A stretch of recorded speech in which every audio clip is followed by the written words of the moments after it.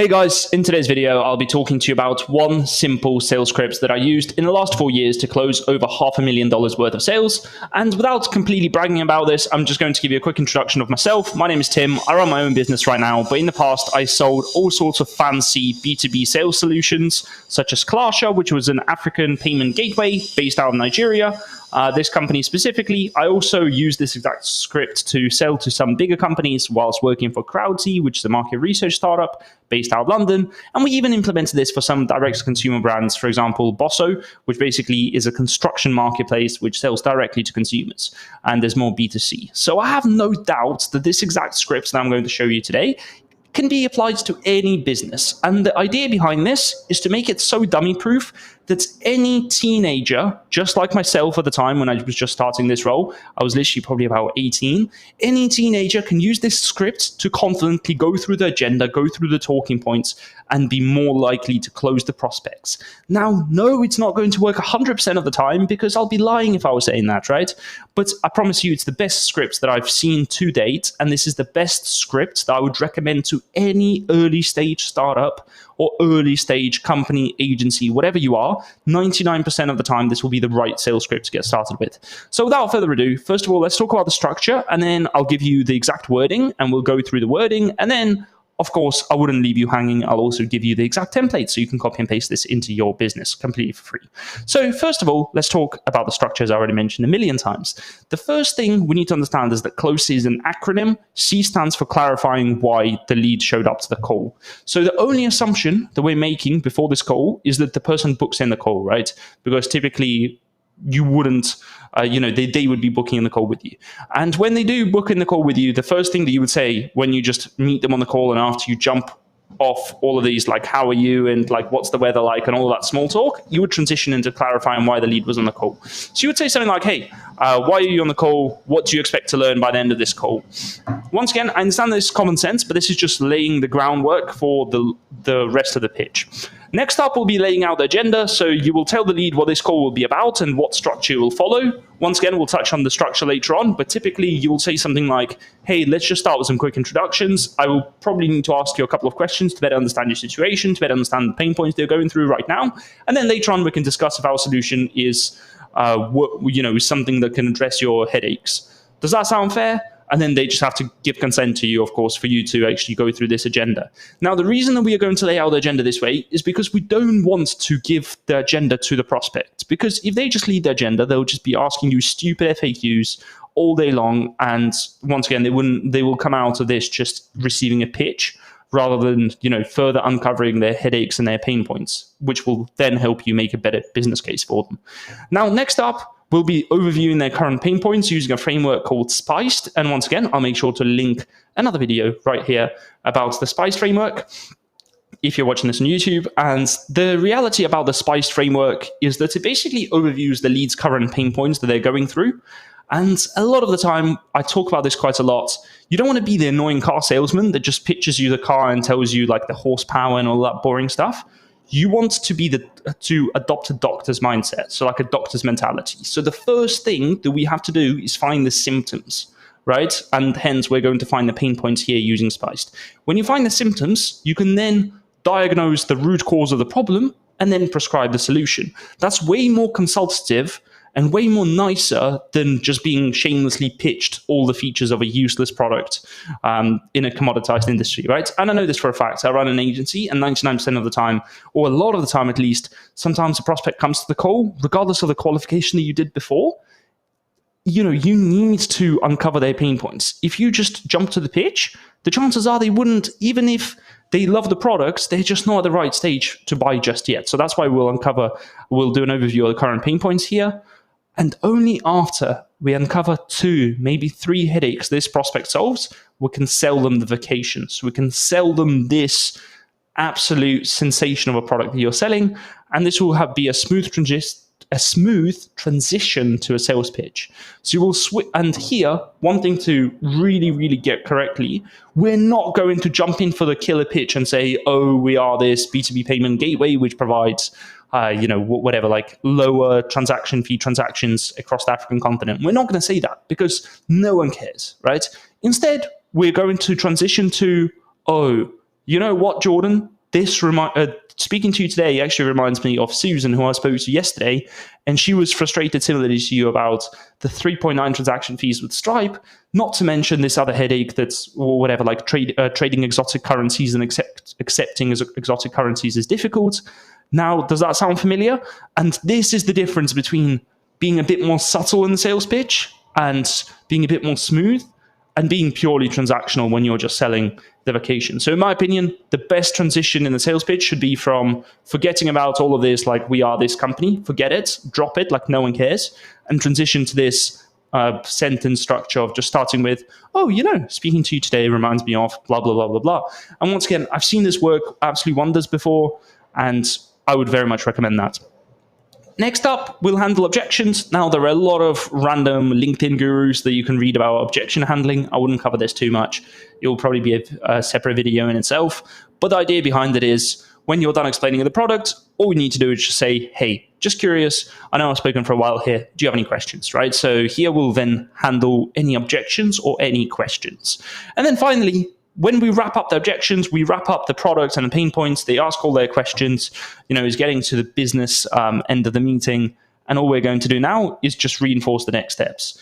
And once again, here you will be telling the lead the next steps and asking when you can follow up after sharing more information. And typically the way that I like to do it is just saying, okay, thanks so much for your time, Jordan. Just conscious of time now. I'm curious, if I do send across this quote and the company deck straight after this call, how long typically would it take you to review this? And then they'll say like, oh, hopefully I'll review it maybe not today, maybe tomorrow. And then you'll say, okay, looking at the calendar, if you'll review it tomorrow, would it be fair to follow up 2 days from now? So on Thursday at say 3 p.m. Would that be fair? And then they'll say, okay, fine, hopefully. And then you'll say, okay, cool, I'll drop you an email to check in, and then I might give you a call as well just to see how you're doing. Is that all right? That's basically it. And here you will reinforce the next steps and just make sure that you commit to these timelines, and you can then schedule the follow-ups in your fancy CRM or whatever you're using to track all of those leads. And then, of course, thank them for their time and just hang up, right? So that's that. Now, I'm sure you understand the overview, but let's see it in action. So these are the exact magic words for you to say. And once again, you can steal them straight after watching this video. So the first part is the small talk. Going into the call, to be honest, I still haven't found anything that's universally applicable, apart from being like, oh, hey, like, how has this month been to you so far? Or like, hey, how has June been for you? Is everyone out of office? Like, do you have any summer plans? Or once again, you can adapt it to the time of year. Or you can just go for the boring, how's it going? What time zone are you in? Like, what's the time there? Like, whereabouts are you based? Once again, no real, like, small talk does not really matter that much. Just don't be too awkward. Once again, could be nice if you look at their LinkedIn profile and let's say if they worked at Amazon before, you call them out on that and you just say, oh, hey, you noticed you worked at Amazon before. That's crazy. I don't see that many people transition to like a smaller boutique agency. How are you finding the transition? Something like that could be nice, but the reality is, like, don't overthink it too much, because you could, like, this part could be made redundant most of the time. So don't worry about it, right? The idea is just to break the ice and not to seem too awkward, right? So bonus points if you can do that. Now, as soon as you finish all of these pleasantries and talking about the weather and you've got nothing else to say for the small talk side of things, you can say something like, oh, is anyone else joining this call on your side? Because this instantly kind of transitions from just being a small talk conversation to the business agenda, right? Most of the time they'll say no, and they'll look at you as if like, hey, I'm the only person that booked this call in, like clearly not. And you'll be like, all right, cool. So do you mind telling me what sparked your interest in this call? And here they tell you their agenda. They tell you like why they thought your solution may help. And then alternatively, you can say something like, oh, why are you here? Why did you take time for this call specifically? I know you have like 8 hours in your day. Like, is there any reason that this call specifically stood out? Anything maybe on our website? Anything in the messaging that we sent across? Did anything resonate? Once again, this will tell you what parts of your outbound or your messaging or whatever works well. And then if that doesn't work, you can still keep on going. But by no means, by the way, do I mean just keep on going through this checklist of questions. Just choose 3, maybe 2 questions for yourself and adapt it to your need. But then next up, you can say, all right, cool. So what's the problem? What are we trying to solve here? Typically, this is not a conversation. This is not a call where we just go through the pleasantries and go through, just like a specific process. Typically, people come to us because they have some problems.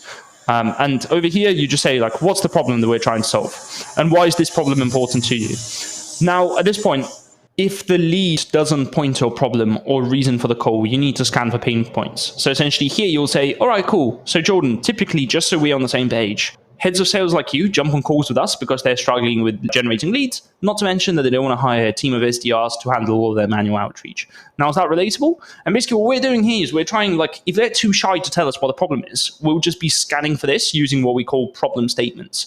And a problem statement is basically just inserting their persona or their job title and just scanning for 2 headaches that they might face and then asking them a bounce back question. So something like, oh, right, okay, Jordan, no worries. But if that's not the case, I'm just curious, how do you currently manage lead generation? Of course, assuming that that's the process that your company solves. And you get the idea. So you can basically use these different variations of sentences in order to create these problem statements. So you can ask the prospect why they're basically on the call, like what resonated, and you can just go through a list of all the pain points that your product solves. So let's say you're not selling lead generation like I am, you're selling something like logistics, right? You can say something like, oh, right, cool. Yesterday I spoke to a COO and they were saying that the shipping rates are through the roof. They have to manage multiple individual providers through different APIs, and they have no visibility on the shipping, like the shipping and deliveries. Not to mention their refund rate is 9% up this year. That's not happening with you, is it? And you see how over here, what we're basically doing is just throwing a lot of stuff on the wall and just seeing what lands and what resonates with the prospect. Once again, by no means am I trying to be too annoying here at this point in the script. The idea is just to pick 2 or 3 things that resonate. And once again, it's up to you which of these parts you want to pick. Next up, after we clarified why they're on the call, we will lay out the agenda. Once again, my favorite thing to do is just say, all right, cool. So just to make this call worth your time, what do you want us to cover today? Because once again, I want to have a list of all the things that they will cover, they want us to cover, and then I'll write on a little sticky note. I know it's not the best thing. Some people probably will write it in a CRM or something, but I try to write the exact wording that they say, because sometimes they have like a very niche word that they put into a sentence. So they will say something like, oh, I really want to see this cool AI hack, right? And then if you call them out on that later on in the call and you say, oh, remember that cool AI hack? They just feel like they're being listened to. They're not just being pitched to, right? And that's another difference between just having like a consultative sales style as opposed to just having like an absolute car salesman trying to pitch you a useless product, right?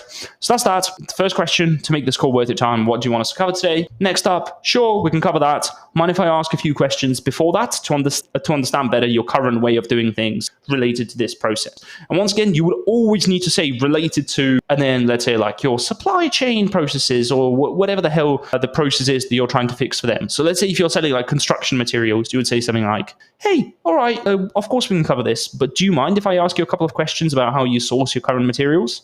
And in that itself, you just want them to just give you consent and just be like, sure, that's fine. And then by the end of it, once again, this cringe sentence, I absolutely hated saying it for the first 100 times that I said it before. You'll say, okay, cool. But just so we're on the same page, the goal for me is to learn more about your challenges with this and that. And by the end of the call, for you to make a confident yes-no decision about seeing if this is something worth pursuing. Now, typically, if you do choose to pursue this, we do have a free trial. I can bully my manager into extending it to 1 month. However, most of the time it's about 2 weeks or so, and that gives you enough time to just assess our product. Now, if that's not for you, just tell me honestly at the end of this call. Does that sound reasonable? And once again, this is all you're going to say here. And this makes sure that you're in control of the agenda. You sound professional, you sound honest, and above all, you don't want them to waste your time, because the amount of times that I've been on calls where I just want to please the salesperson and I'm too anxious to say like, oh, I don't need your product, like it sucks, right? I'd rather put them in a position where it's like completely low barriers and you can just say like, hey, this is not for me. Just raise your hand, tell me it's not for you, and we'll part ways. That's absolutely fine, right? Just don't be too much of a control freak here. So that's the laying out the agenda. And now it's my favorite part of the pitch, because this is overviewing the pain points. By now, since you already know what they want you to cover throughout the call, you roughly understand their headaches. But there are 5 types of questions that I want you to ask during the sales call in this next section when you overview the pain points to fully understand what the root of their headaches is. First of all, you will ask situational questions. How do you currently do this shipping process? Who is responsible on your team? And it's basically like the who, what, why. And then like, why do you do it this way?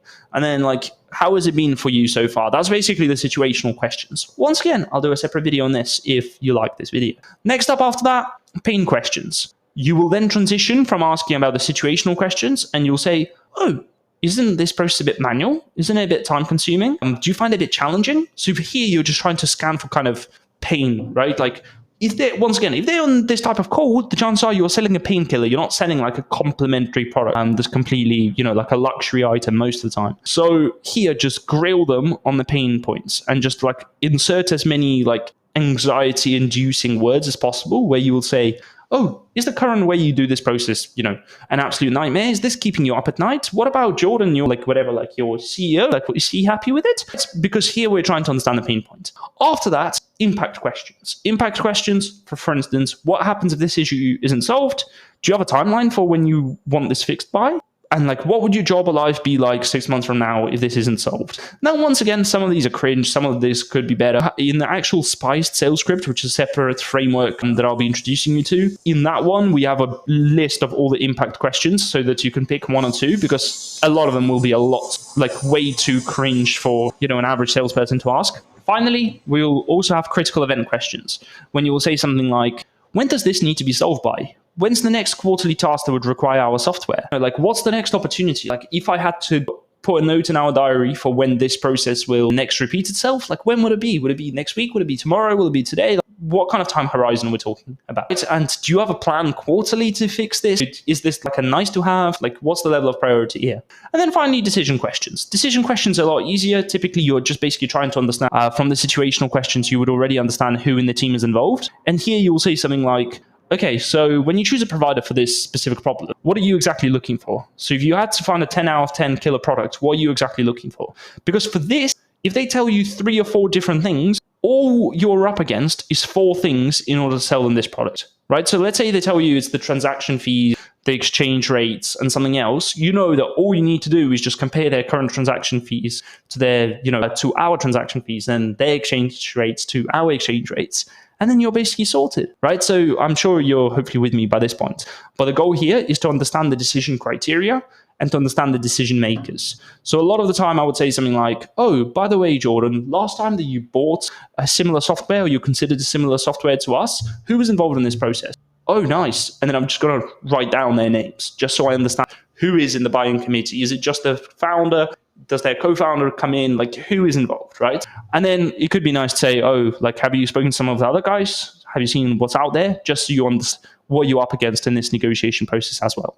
Once again, hopefully at this point, you are already making some notes on the pain points. Next up, we're going to sell the solution. As soon as we have 2, hopefully 3 headaches that we can clearly solve for this persona, we're going to transition to a sales pitch. Once again, it's up to you to practice the wording, but it will be something like, right, okay, I understand. Sorry for the constant questioning, by the way. But just now, this reminded me of a similar client that we actually have now.